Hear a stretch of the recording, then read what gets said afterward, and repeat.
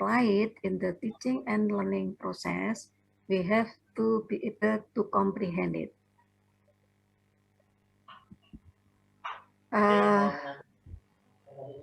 Before we, first of all, we have to know the definition of the curriculum.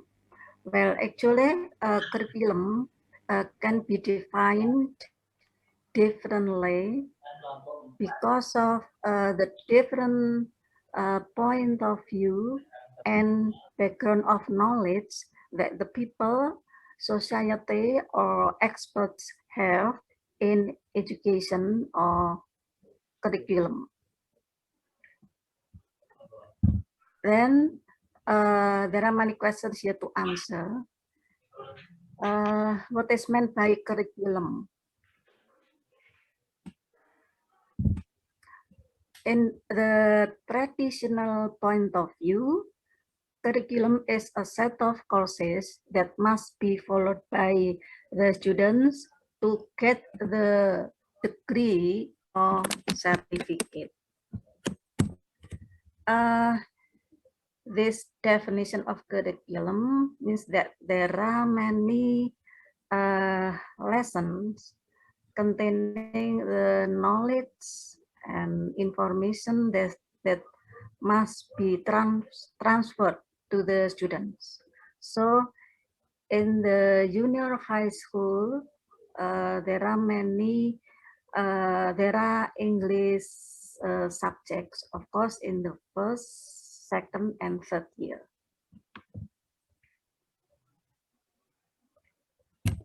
Then there is another definition of curriculum.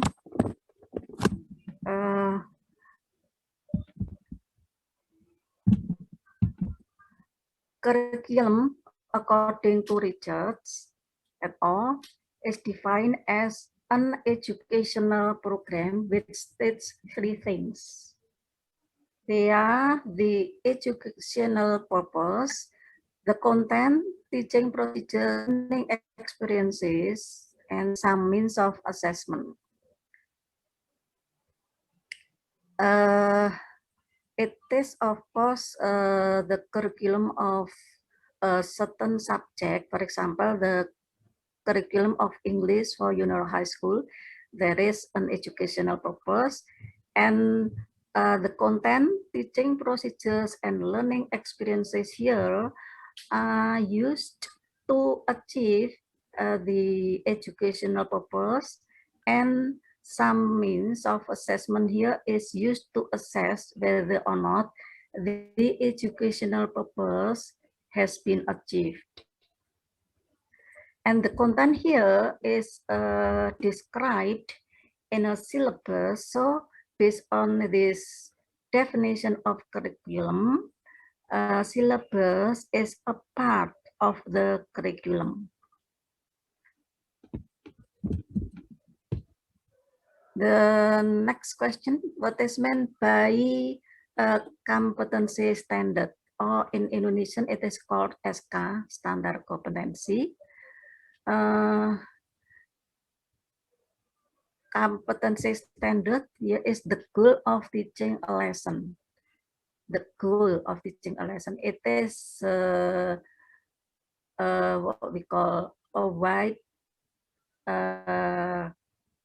it is a general purpose of teaching a lesson. It is not the objective, but the goal. Goal and objectives are different from each other. Then, what is meant by basic competency, kompetensi dasar in Indonesian? Basic competency is the general objective of teaching an item. On syllabus, there are many items that must be taught to the students, and in each item here there is what we call general objective, or there is basic competency. Well, actually, general objective is the last term the first term. The first term or the other terms of basic competency. The former term is a general objective. There is a general objective and a specific objective. They are formal terms. Then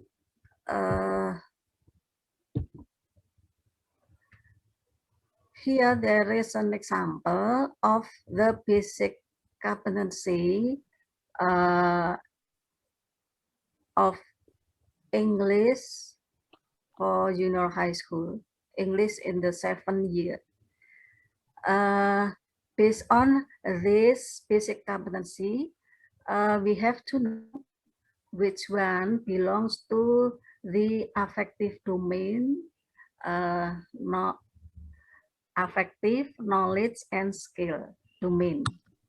The first and the second one, if the basic competency is like this, the first and the second one here belongs to the affective domain. The third one belongs to the knowledge domain.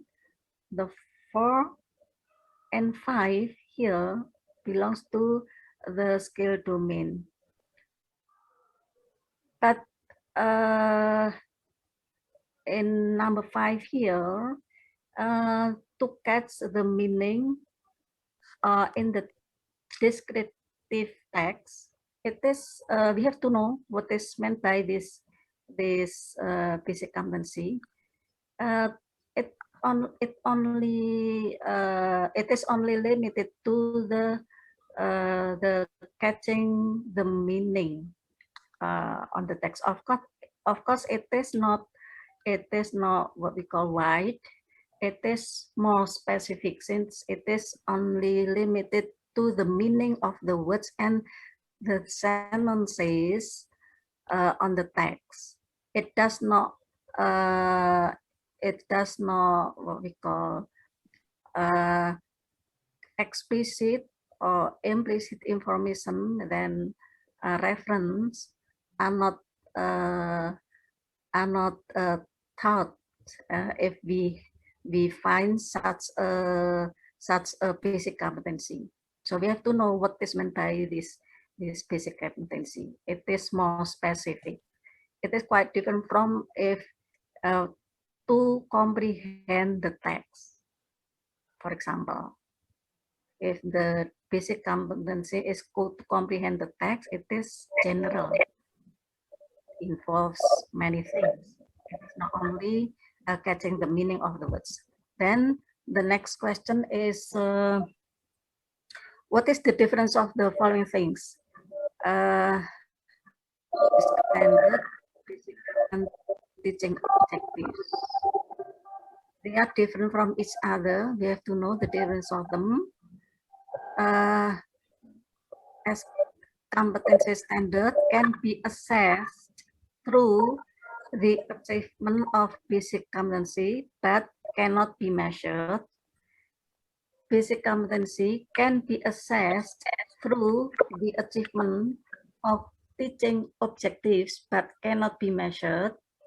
Whereas teaching objectives can be assessed and measured by using means of measurement. Besides those differences, of course, competency standard is more general than the basic competency, and basic competency is more general than the teaching objectives. So the most specific one is the teaching objectives. Then what is meant by syllabus? Syllabus is a description of the content of instruction in which they are to be taught. Based on this syllabus definition, it means that there is a certain number of items in a syllabus, and they are arranged in a certain order. This is the definition of syllabus. So based on the English syllabus of the 7th year, like this. For example, it is the example. We have to be able to recognize whether the item here there is an enough number of item or not. Of course, the item on a syllabus here is based on the standard competency. Now our mujahideen, they hold international. And we have to know which one is the easiest one, because it relates to our teaching. We have to teach the easiest one, whether they are difficult or easy. Of course, or the level of difficulties here depends on the vocabulary and the grammar on the text. The vocabulary, of course, the words used more frequently on the text is easier than those those who are not used frequently. And the simple sentences on the text, if the text contains the simple sentences, of course, the text here is easier than those containing the more complex sentences.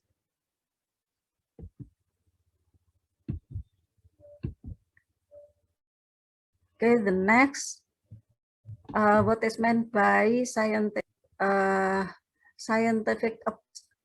in here there are many steps, many activities included in the observation, questions, exploration or experiment, association or analysis, and communication. The activities included in the observation questions here are the text theory, about the text theory, the theory of the text, such as what we call language feature, text organization, and the other ones, and then exploration and association here. The activities included in the exploration and association here is that the other texts must be listened or read by the students, and what is included in the communication here is actually the skills of English, either listening, speaking, reading, or writing. Then, what is meant by authentic assessment? Authentic assessment is a significantly meaningful assessment of the student's result of learning in terms of the attitude, knowledge, and skill domain. And since assessment here is used to assess whether or not the goal must be achieved, of course, a means of instrument must be relevant to the teaching objectives. Teaching objectives in terms of attitude, knowledge, and skill. So in this case, we have to be able to recognize the cognitive, objective, affective, and psychomotor objective.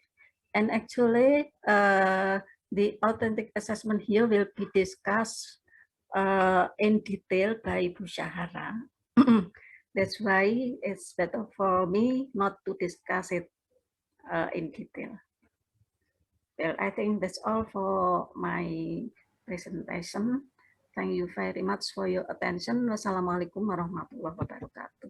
Waalaikumsalam warahmatullahi wabarakatuh. Thank you very much for Miss Rini Fatmawati. Okay, ladies and gentlemen, now we are going to move for the next presenter. There will be Miss Syahara Dina Amalia, MED. So for Miss Dina Amalia, Miss Syahara Dina Amalia, this time is yours. Okay. Thank you very much, Pak Hari. Bu Rini, can you please screen share?